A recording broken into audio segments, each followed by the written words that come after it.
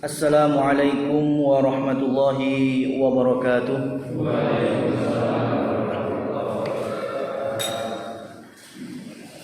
Alhamdulillahi rabbil alamin.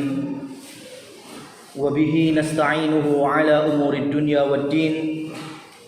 Asyhadu an la ilaha illallah wa asyhadu anna Muhammadan abduhu wa rasuluh.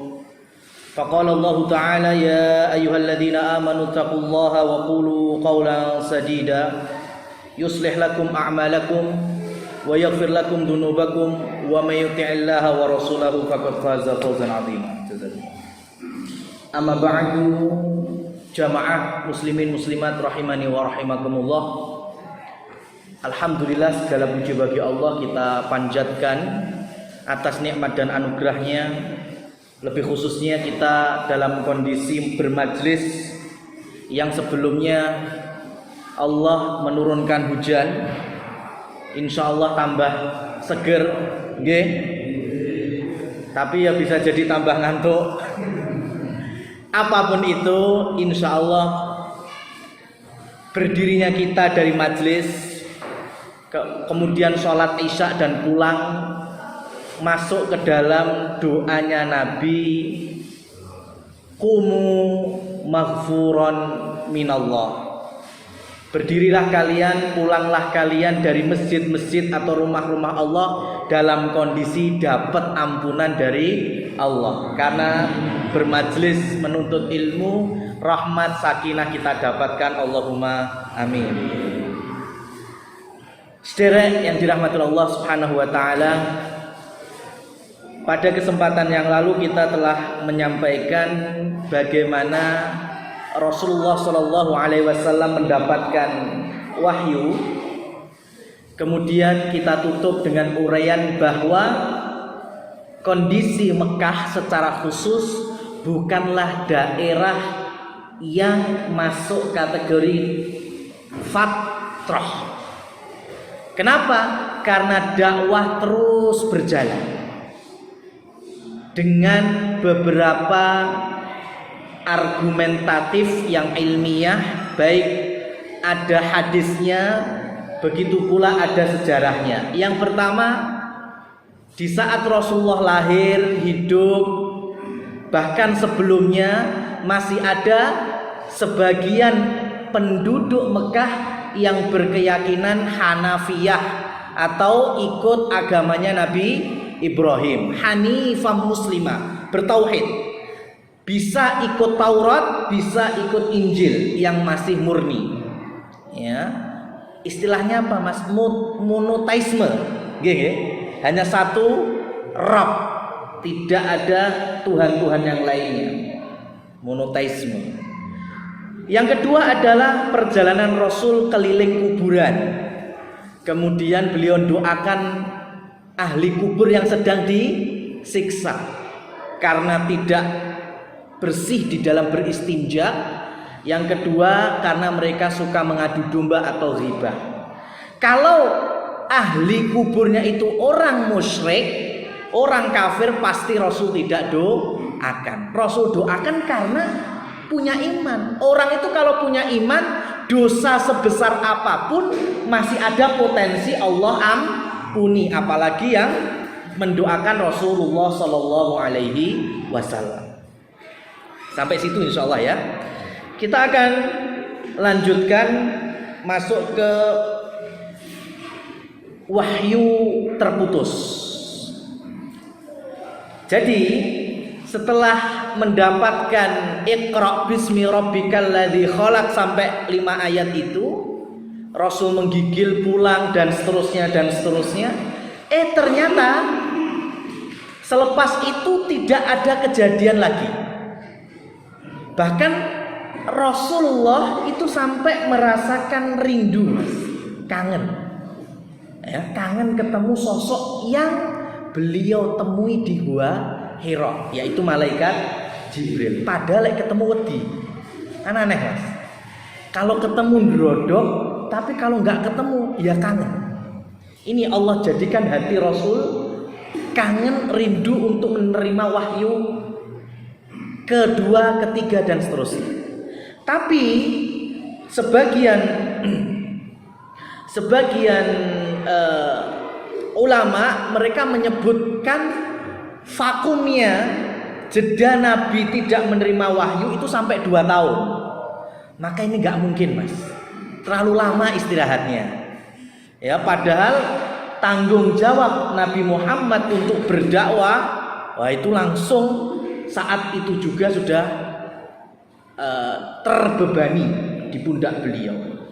Maka yang paling sahih ialah vakumnya Jibril turun itu dalam hitungan hari ataupun pekan.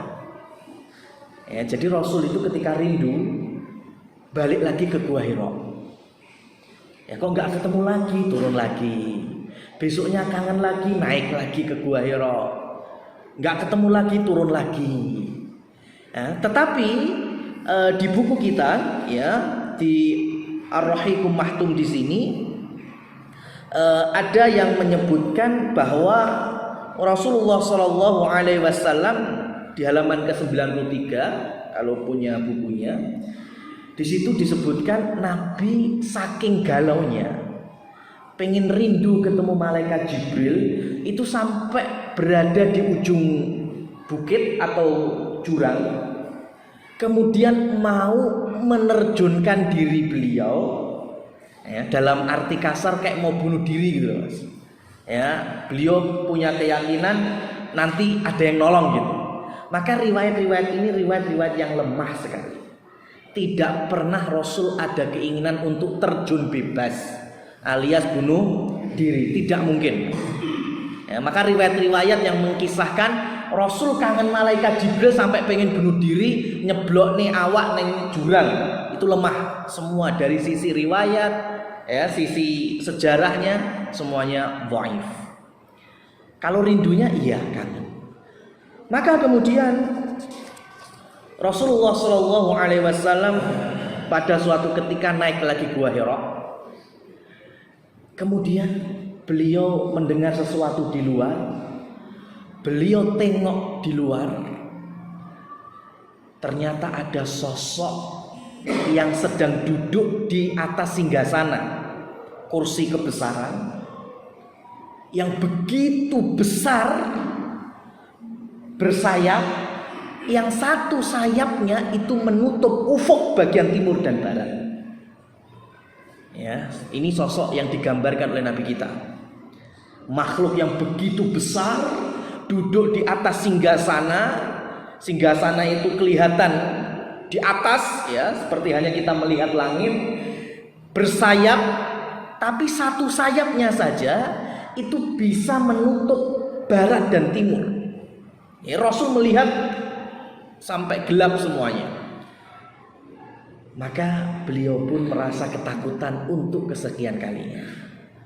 Beliau langsung turun pulang ke rumah, mencari istrinya, dan lagi-lagi beliau minta untuk diselimuti.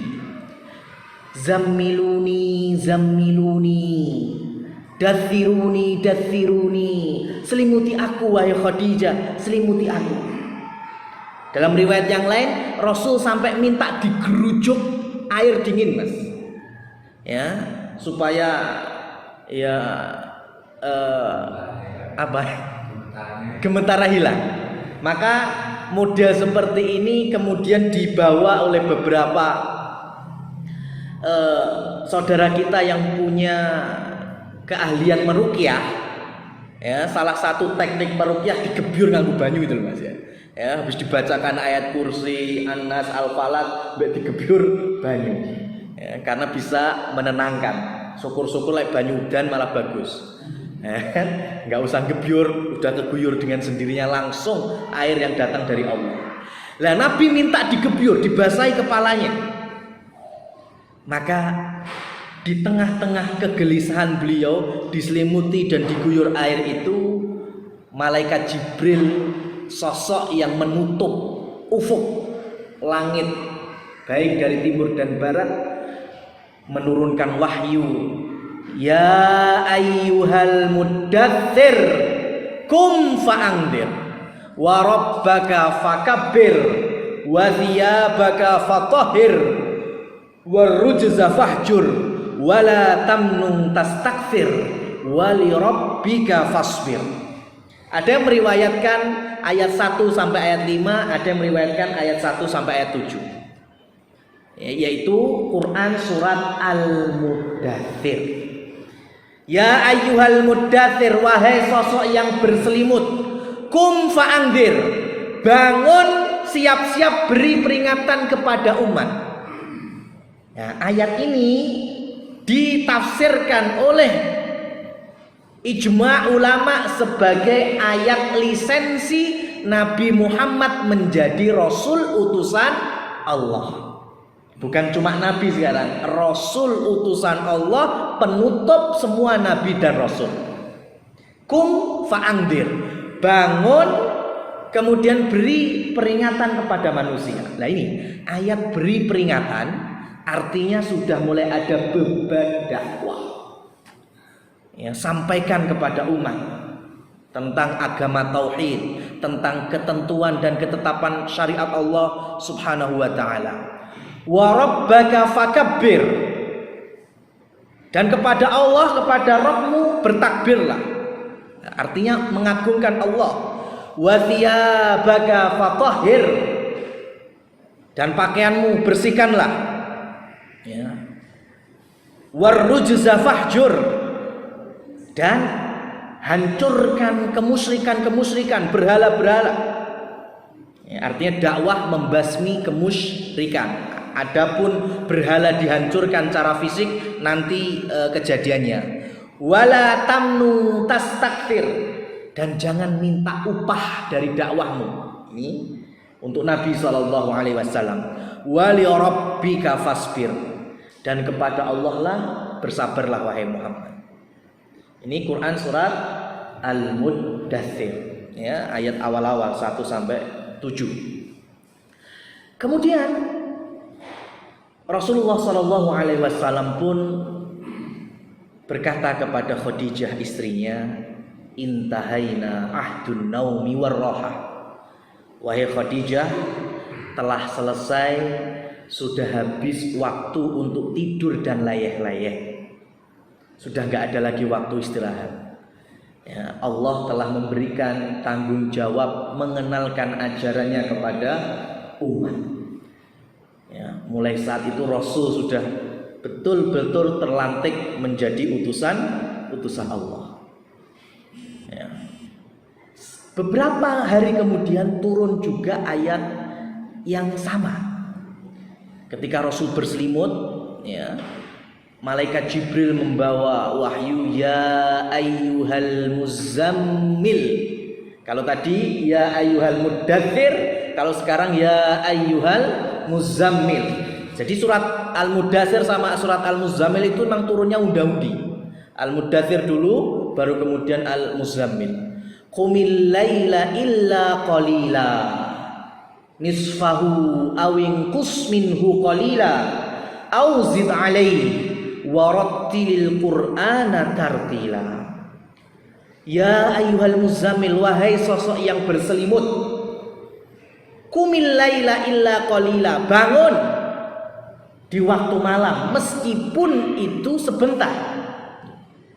Nah ini Rasul SAW ketika mendapatkan Al-Muddatsir dan Al-Muzammil, beliau mulai punya program dakwah yang nantinya akan kita pisahkan menjadi 2 bagian. Dakwah selama di Mekah. Yang pertama adalah dakwah sirriyah, dakwah secara sembunyi, diawali kepada keluarga terdekat, kawan terdekat, orang-orang yang mau mendengarkan ayat-ayat Allah dibacakan. Yang kedua baru dakwah jahriyah, dakwah secara terang-terangan. Dakwah sirriyah sembunyi-sembunyi kurang lebih 3 tahun. 3 tahun berjalan. Adapun dakwah terang-terangan berarti 10 tahun. Genep 13 tahun berdakwah di Makkah. Baru kemudian nanti beliau hijrah. Nah, Dakwah ketika sembunyi-sembunyi ini, ya, ketika Al-Mudaththir turun, Al-Muzammil turun, tentunya yang paling pertama mengimani siapa? Istrinya Khadijah. Ya, istrinya Khadijah. Karena Rasul itu sampai curhat kepada Khadijah, "Man dza ad'u wa man dza yastajib." Wahai istriku Khadijah, kalau aku diminta untuk dakwah, kepada siapa aku dakwah dan sopo sing menerima dakwah? Kan kadang yo bingung. Tiba-tiba langsung diminta untuk menyebarkan agama Allah. Maka Khadijah menguatkan suaminya, "Inni mu'minun bi rabbik musaddiqatun bi qaulik." Wahai suamiku, aku beriman dengan Rabbmu dan aku mempercayai semua ucapan. Nah, ini Mas, kekuatan kesolehannya Khadijah. Ya, maka sampai ada ulama yang mendefinisikan nantinya kalau ada pertanyaan mana yang lebih afdol di antara para istri Nabi, Khadijah atau Aisyah. Kan repot Mas. Ya kan? Mana yang lebih mulia, Khadijah atau Aisyah? Karena ini semuanya mulia, semuanya ahli jannah. Tapi ya kalau ada pertanyaan, yo gimana lagi? Ya, para ulama sampai mendefinisikan di satu pernyataan demikian. Khadijah lebih mulia di saat awal-awal dakwah dan Aisyah lebih mulia dalam kelanjutan dakwah. Itu yang paling pertengahan memang. Ya, karena Khadijah mulia, Aisyah juga mulia radhiyallahu anhuma semuanya. Tapi kalau di awal dakwah Rasulullah nggak punya siapa-siapa, ternyata yang mengokohkan dakwah beliau paling pertama adalah istrinya. Ya. Nah, kemudian disepakati Khadijah awwalu man amana fil islami minan nisa. Khadijah adalah orang dari kalangan perempuan yang pertama memeluk Islam. Kemudian Rasul juga mulai mendakwahi kawan karibnya Abu Bakar Ibnu Abi Quhafah dan ternyata menerima juga. Maka Abu Bakar ditulis oleh sejarah laki-laki dewasa yang pertama masuk Islam. Kemudian Rasulullah Shallallahu Alaihi Wasallam punya momongan, ya, punya momongan. Artinya momongan ini dari putra putri beliau, tapi kan masih sangat kecil-kecil, ya, masih sangat kecil-kecil. Putra putri dari Khadijah itu. Nah itu semuanya otomatis ikut bapak ibunya. Tapi ada yang lebih dewasa. Meskipun masih anak-anak yang hidup di rumah Rasul Shallallahu Alaihi Wasallam, yang tak lain adalah sepupu beliau. Siapa? Ali bin Abi Thalib. Ya, karena memang di saat Rasulullah sudah menikah dan beliau mendapatkan kelonggaran ekonomi, ya, karena beliau sudah punya harta dari perdagangan bisnisnya istrinya yaitu Khadijah. Maka beliau mendatangi Abu Thalib yang dulu ngomong Rasul semenjak usia 8, 12 sampai menikah. Maka beliau mendatangi pamannya ini, "Wahai paman, aku ingin membalas, ya, membalas jasa dulu sudah ngomong saya, sekarang ganti, ya, saya ingin membawa di antara anak-anakmu." Saat itu Abu Thalib masih punya 3 anak kecil-kecil. Ada Ali bin Abi Thalib, ada Ja'far bin Abi Thalib, ada Aqil bin Abi Thalib. Nah, Rasulullah ditemani paman yang satunya bernama Abbas bin Abdul Muttalib. Ya, berdua datang minta Abu Thalib, "Sinilah putramu, kita bawa ke rumah, Ya, genti kita openi lah. Karena dulu sudah ngopeni Nabi. Maka Abu Thalib pun menyetujui dengan syarat Aqil tetap bareng saya. Ya, Aqil yang paling kecil saat itu tetap bareng saya. Maka disepakati Ali dibawa oleh Nabi Muhammad, Ja'far dibawa oleh Abbas. Itu Mas. Ini salah satu bukti baktinya Rasul kepada pengganti orang tua yaitu pamannya. Dan alhamdulillah di Indonesia pun adat-adat semacam ini masih ada. Ya, ponaan ngambil sepupunya ketika sudah ada keleluasaan harta, atau yang nggak punya keponakan kecil atau lainnya itu juga bisa ada istilah adopsi.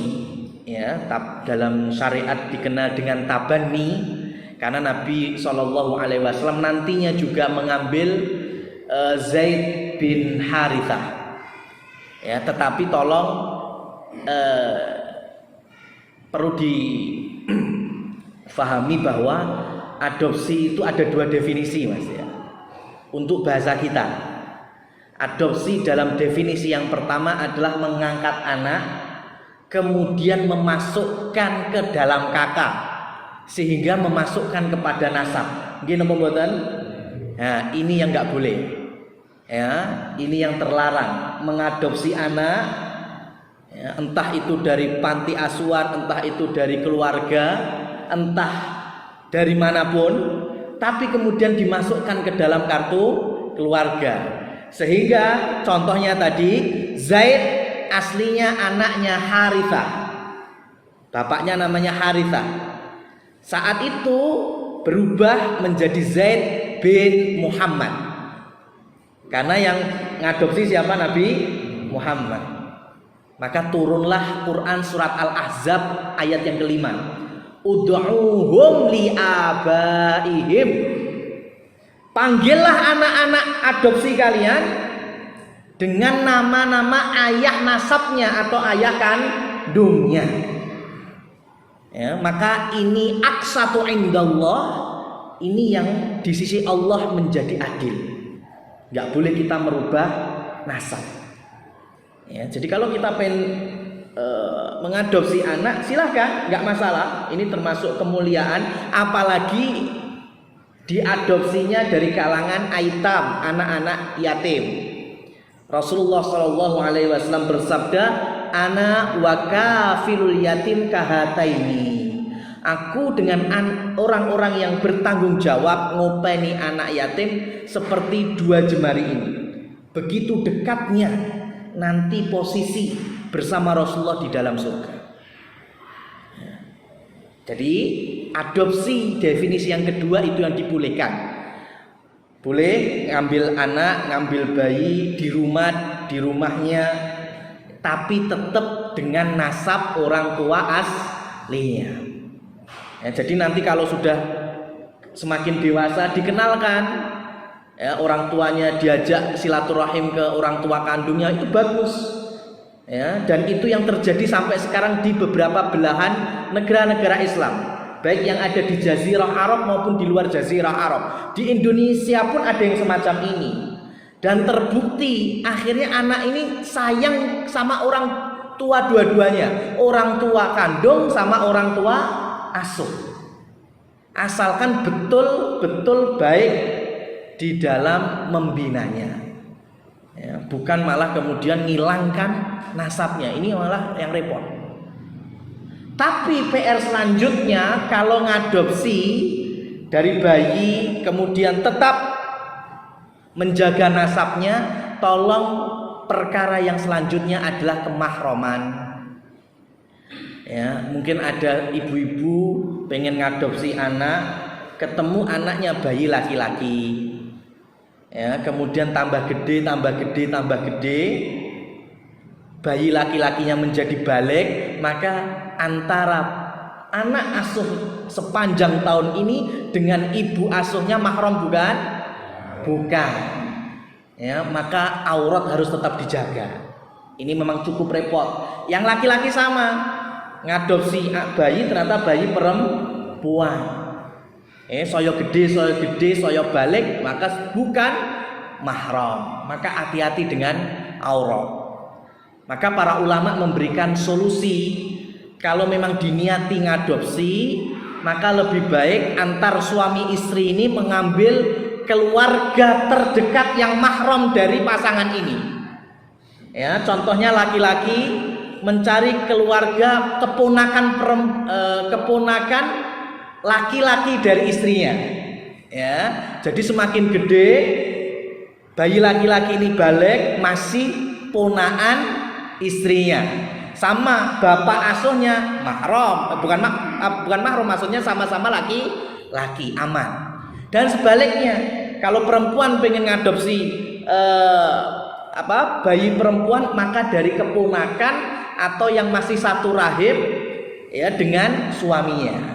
Jadi semakin gede ya, meskipun perempuan sama suaminya kena ponaan sama Pak Le, masih aman. Ya, itu salah satu solusinya. Nah, wallahu a'lam ya, kita nggak bahas masalah adopsi terlalu panjang.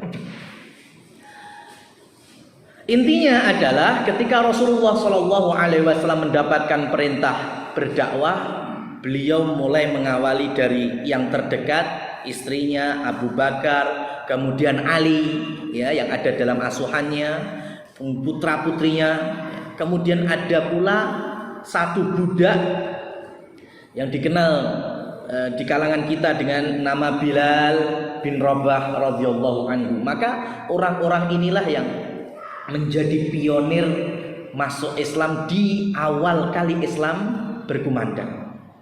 Ya. Kembali ke ayat qumil laila illa qalila. Bangun wahai Muhammad dan tegakkanlah salat malam. Ya, meskipun sebentar. Imam Nawawi bagus sekali menjelaskan firman Allah ini. Bahkan ada pasal khusus beliau cantumkan zadud da'i, bekal para dai, bekal para penuntut ilmu untuk tidak menyepelekan qiyamul lail ya, yaitu tahajud ataupun yang semacamnya. Yang penting semalaman itu jangan digunakan untuk tidur full angler ya, sisakan waktu paling tidak untuk witir ya, untuk mengingat Allah dalam satu rakaat.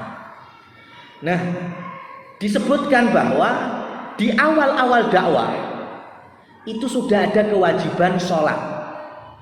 Meskipun sholat 5 waktu nanti di tahun ke-10 kenabian, pada peristiwa Isra Mi'raj, itu baru ada kewajiban sholat 5 waktu mulai dari subuh sampai isya. Padahal di awal-awal ini sudah ada firman Allah qumil laila illa qalila. Ya, bangun untuk sholat malam. Artinya di awal dakwah sudah ada perintah sholat, cuma bagaimana sholatnya wallahu a'lam. Apakah ada rukuk sujudnya wallahu a'lam. Nabi tidak menerangkan, sahabat juga tidak menjelaskan. Tapi yang penting mereka meriwayatkan awalnya itu ada 3 waktu sholat. Ada 3 waktu sholat. Yang tadi jelas tengah malam, sholat qiyamul lail itu wajib, awalnya wajib. Kemudian sholat fajar atau sholat di waktu subuh, dan sholat di waktu sore. Ya, ada 3. Ya, kita nggak menyebut subuh, zuhur, asar, maghrib, isya, enggak ya, karena di awal-awal dakwah cuma disebut 3 waktu. Tengah malam, kemudian subuh hari, sama sore hari. Ya, baru nanti ditambahi waktu ya, menjadi ada siang hari ada, kemudian malam harinya terbagi antara maghrib dengan isya. Yang jelas masih ada tersisa zikirnya. Makanya ada zikir pagi, zikir sore lain, Mas. Ada zikir soba, ada zikir masa. Itu menunjukkan bahwa dulu pertama itu memang ada kewajiban sholat di waktu pagi, di waktu sore, di waktu tengah malam. Kalau bahasa syariatnya bil asyi wal ibkar, di waktu sore dan di waktu pagi. Ya, ada tambahan riwayat rakaataini, 2 rakaat. Nah, tapi ketika surat Al-Muzammil lengkap, ya surat Al-Muzammil sudah lengkap, turun semuanya, maka ayat yang terakhir yang cukup panjang dari surat Al-Muzammil menghapuskan kewajiban sholat malam. Ya, menghapuskan kewajiban sholat malam. Untuk siapa? Untuk kaum muslimin. Jatuhnya jadi sunnah. Ya, jatuhnya sunnah. Tadi hukumnya apa? Wajib. Awal-awal wajib, Mas. Jadi para sahabat yang masih segelintir itu qiyamul lail, setiap hari qiyamul lail karena wajib.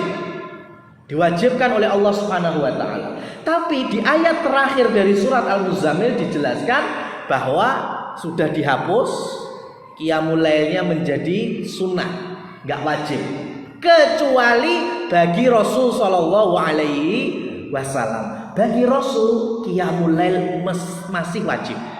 Kenapa? Karena ayat di awalnya masih enggak hilang. Qumil laila illa qalila. Untuk siapa? Untuk Rasul. Bangun setiap malam. Nisfahu aw inqus minhu qalila. Entah separuh malam atau setidaknya kurang daripada itu atau lebih daripada separuh malam, yang penting bangun tahajud atau qiyamul lail, khusus bagi Rasul. Maka Rasulullah itu sholat tahajud gak pernah kendat, karena bagi beliau wajib, tapi bagi umatnya turun menjadi sunnah. Dan ini ada beberapa syariat di awal-awal dakwah. Belum ada kewajiban puasa Ramadan, karena puasa Ramadan nanti di Madinah wajibnya. Tapi di Mekah sudah ada kewajiban puasa. Puasa apa? Puasa Muharram, puasa Asyura itu kan, itu wajib. Ya, di Mekah para sahabat sudah setiap tahun puasa Muharram. Tapi ketika Ramadan ada kewajiban, maka Muharramnya terhapus, turun menjadi level sunnah. Ma'asyiral muslimin wal muslimat rahimani wa rahimakumullah tabaraka wa taala. Kemudian di sini Syekh Al-Mubarakfuri rahimahullah tabaraka wa taala memberikan sedikit penjelasan tentang pembagian wahyu. Ya, jadi Allah menurunkan wahyu itu seperti apa?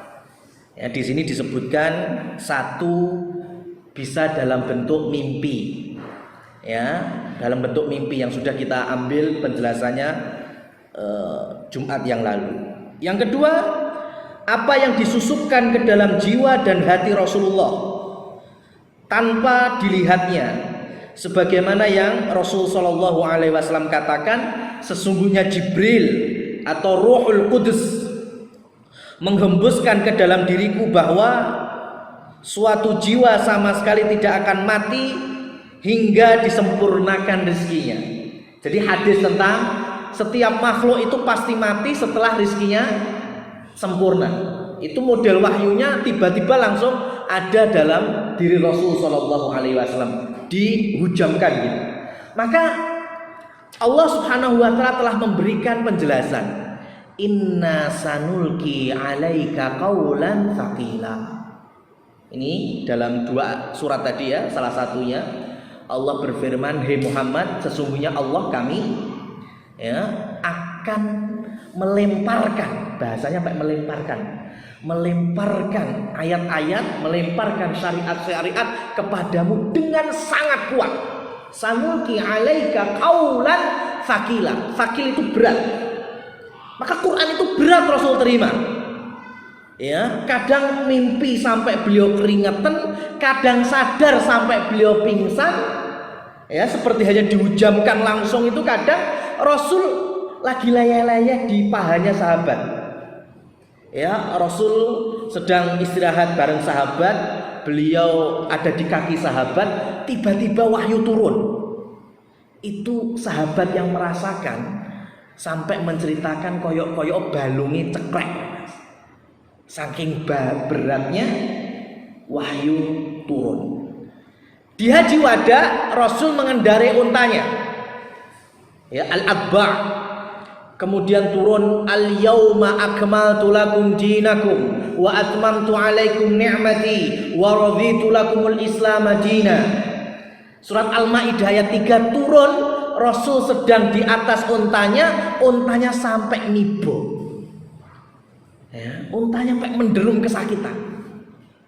Ya, maka Al-Quran itu memang berat. Maka ketika kita mau mempelajarinya, ada adab-adab membaca ataupun tilawah Al-Quran. Karena memang aslinya dasarnya Quran itu berat. Ya, kalau para ulama menyebutnya walaisa bil hazli. Ini mengambil potongan ayat juga. Al-Quran itu bukan candaan. Al-Quran itu bukan mainan.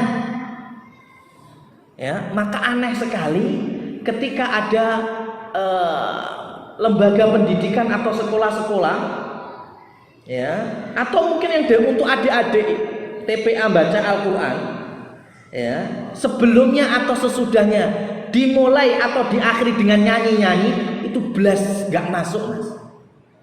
Ya, karena Al-Quran itu ucapan Allah Subhanahu wa taala yang bukan untuk mainan.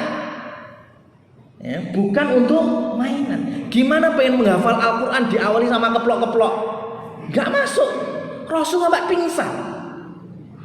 Artinya memang adabnya membaca Al-Quran kan diminta untuk bersuci atau wudhu terlebih dahulu. Kalau bisa ngadep kiblat, khusyuk.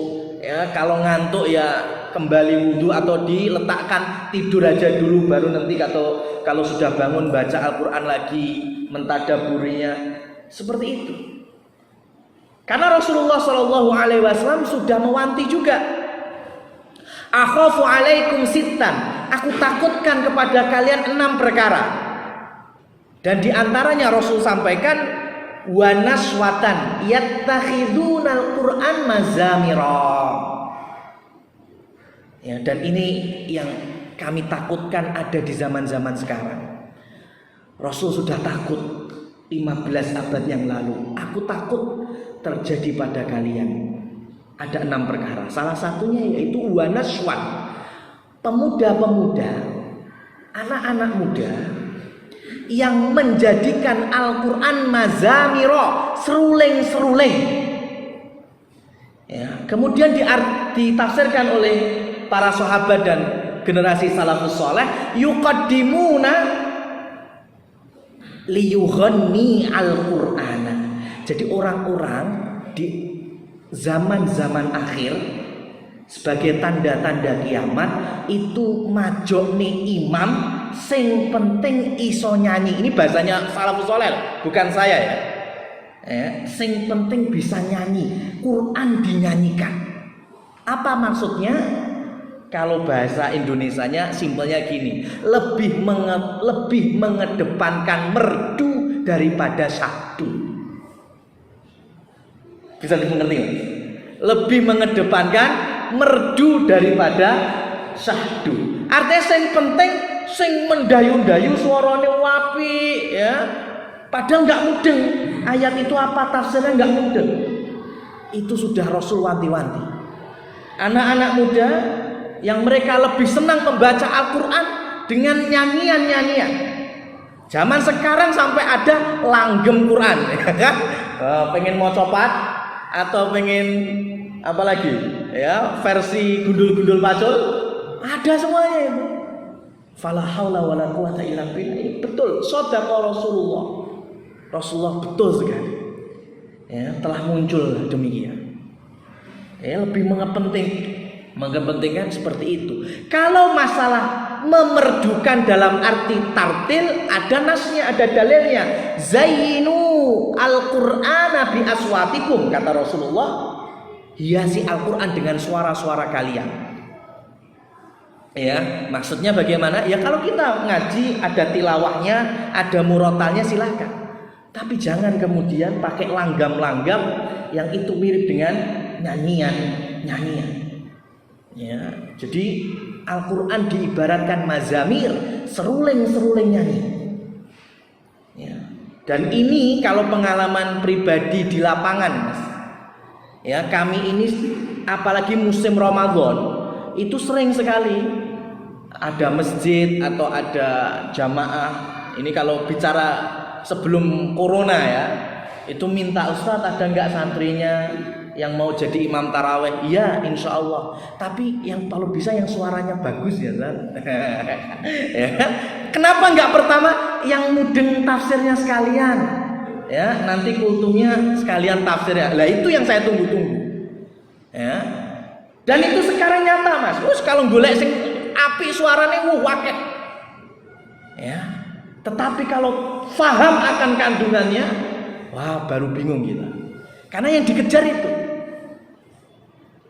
Apalagi yang untuk anak-anak, mohon maaf sekali, bukan kemudian kita mengkerdilkan atau melemahkan motivasi dan kebangkitan di dalam tahfidz, hafal Al-Quran, sama sekali tidak. Cuma saya ingin memberikan apa istilahnya tazkiyah, introspeksi. Ya, ketika putra putri jenengan sudah ada di level menghafal Al-Quran bagus, kemudian ditawari ya untuk ikut lomba, maka pikir-pikir dulu, Mas. Ya, pikir-pikir dulu. Takutnya nanti niatnya menghafal Al-Quran, ketika jadi lomba dan menang, lomba lagi tambah tingkat tinggi, menang lagi sampai tingkat nasional, menang lagi, ikhlasnya jadi hilang. Akhirnya ngapal Quran buat apa? Nah, buktinya apa? Ketika tiap tahun ada lomba itu kan, bukan kemudian kita nggak setuju akan lomba dalam satu posisi, enggak, cuma hati-hati dalam memanajemen hati. Takutnya itu ngapal Quran buat apa? Mau jadi hafid ben ku menang lomba. Lah ini kan jelas salah, Mas. Ya kan? Jelas salah. Tapi kalau pengen jadi hafid, paham, menjadi ahli Quran, ya ini yang kita cari-cari. Ya, tapi kalau hanya untuk famous, terkenal, ya, kemudian dibilang hafidul Quran, wah itu sudah. Ini yang masuk ke dalam sabda Rasul Shallallahu Alaihi Wasallam. Rasul takut sekali, ya, Rasul takut sekali kalau sampai ada yang menjadikan Quran ibaratnya nyanyi, ya karena hilang sudah keikhlasannya. Nah, ma'asyiral muslimin wal muslimat rahimani wa rahimakumullah tabaraka wa taala. Yang ketiga, terkadang malaikat muncul di hadapan Nabi Shallallahu Alaihi Wasallam dalam rupa seorang laki-laki. Contohnya dalam hadis Jibril. Kalau di Arba'in Nawawi hadis yang kedua itu, ya, Jibril datang menjelma sosok laki-laki, nanya tentang apa itu iman, apa itu Islam. Sahabat nggak tahu kalau itu malaikat Jibril, sampai Rasul mengkabarkan tadi Jibril datang mengajarkan kalian agama kalian. Wallahu a'lam bishawab. Kita dengarkan terlebih dahulu adzan Isya. Walhamdulillahirabbil alamin.